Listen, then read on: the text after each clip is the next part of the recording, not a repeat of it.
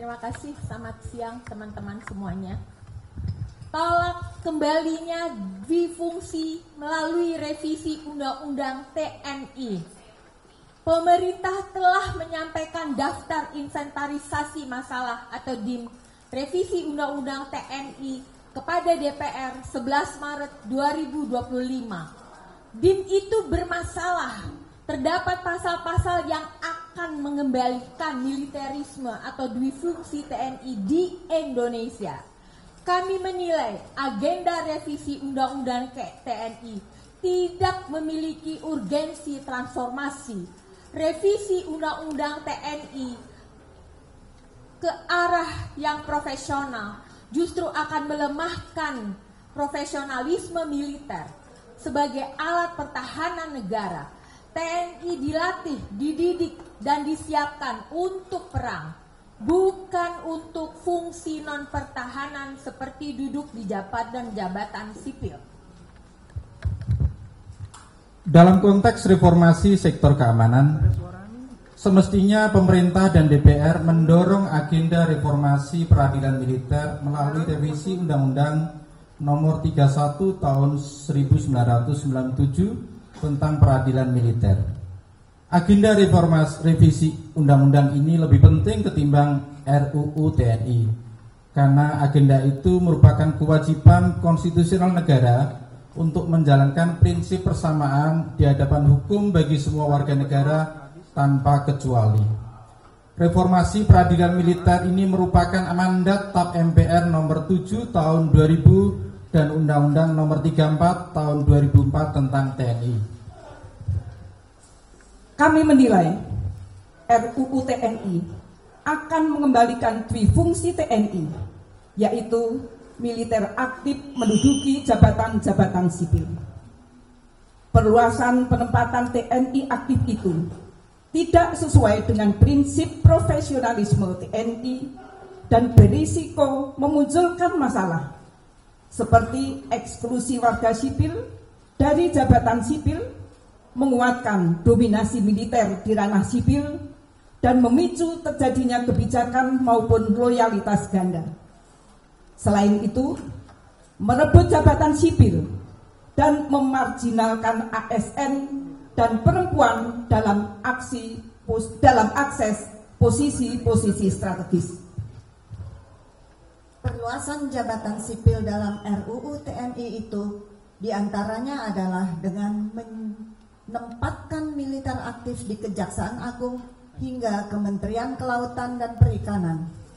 Ingat, TNI adalah alat pertahanan negara untuk perang, sedangkan Kejaksaan Agung adalah lembaga penegak hukum. Maka salah jika anggota TNI aktif duduk di institusi Kejaksaan Agung, dan salah jika ingin menempatkan militer aktif di Kementerian Kelautan dan Perikanan atau KKP. Dua contoh itu cerminan praktik dwifungsi TNI. Kami menuntut berbagai pelanggaran terhadap Undang-Undang TNI selama ini dievaluasi dan ditertibkan.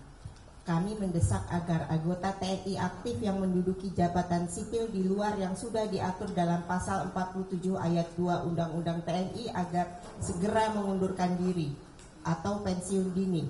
Selama ini banyak anggota TNI aktif yang duduk di jabatan sipil tanpa mengundurkan diri terlebih dahulu, diantaranya Letkol Teddy sebagai Sekretaris Kabinet dan Kepala Sekretariat Presiden Mayor Jenderal Aryo Windutomo dan lain-lain.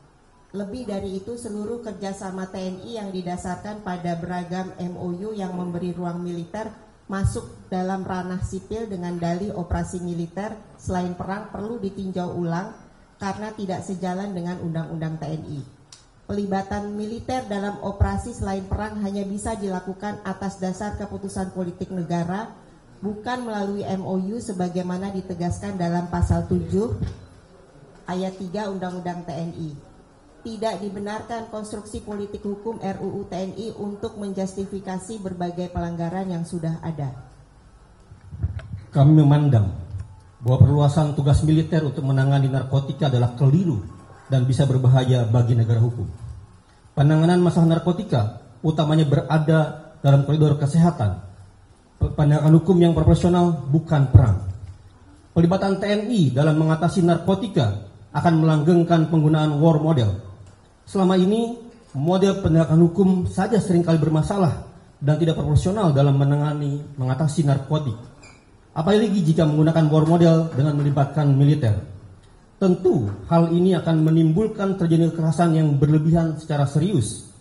Apa yang terjadi di Filipina pada masa Rodrigo Duterte dalam war model untuk penanganan narkoba adalah contoh yang sangat buruk karena telah mengakibatkan terjadinya pelanggaran HAM berat.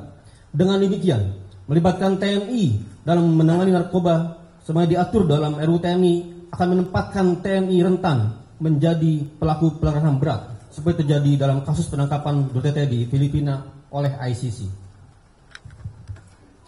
Lebih berbahaya lagi, RUU TNI juga hendak merevisi klausul pelibatan militer dalam operasi militer selain perang atau OMSP tanpa perlu persetujuan DPR. TNI ingin operasi militer selain perang cukup diatur dalam peraturan pemerintah. Padahal, operasi semacam itu termasuk kebijakan politik negara, yakni Presiden dengan pertimbangan DPR sebagaimana diatur oleh pasal 7 ayat 3 UU TNI 34 tahun 2004. RUU TNI mau meniadakan peran parlemen sebagai wakil rakyat. Ini akan menimbulkan konflik kewenangan atau tumpang tindih dengan lembaga lain dalam mengatasi masalah di dalam negeri. Secara tersirat, perubahan pasal itu merupakan bentuk pengambil alihan kewenangan wakil rakyat oleh TNI dalam operasi militer selain perang dan menghilangkan kontrol sipil. Kami menilai revisi Undang-Undang TNI ini hanya untuk melegitimasi mobilisasi dan ekspansi keterlibatan prajurit TNI dalam berbagai permasalahan domestik seperti makan bergizi gratis, distribusi gas LPG, ketahanan pangan, penjagaan kebun sawit, pelaksanaan proyek strategis nasional, serta penertiban dan penjagaan kawasan hutan bahkan sampai pengelolaan ibadah haji. Kami menolak RUU TNI maupun DIM RUU TNI yang disampaikan oleh pemerintah ke DPR karena mengandung pasal-pasal bermasalah dan berpotensi mengembalikan dui fungsi TNI dan militerisme di Indonesia. Kami justru mendesak pemerintah dan DPR untuk modernisasi alutsista, memastikan TNI adaptif terhadap ancaman eksternal, meningkatkan kesejahteraan prajurit TNI, dan memperhatikan keseimbangan gender dalam organisasi TNI yang mencakup peningkatan representasi perempuan dalam berbagai posisi strategis, penghapusan hambatan struktural dalam karir militer, serta jaminan lingkungan kerja yang aman dan bebas dari diskriminasi demi mewujudkan profesionalisme TNI kita sebagai alat pertahanan negara. Jakarta, 15 Maret 2025.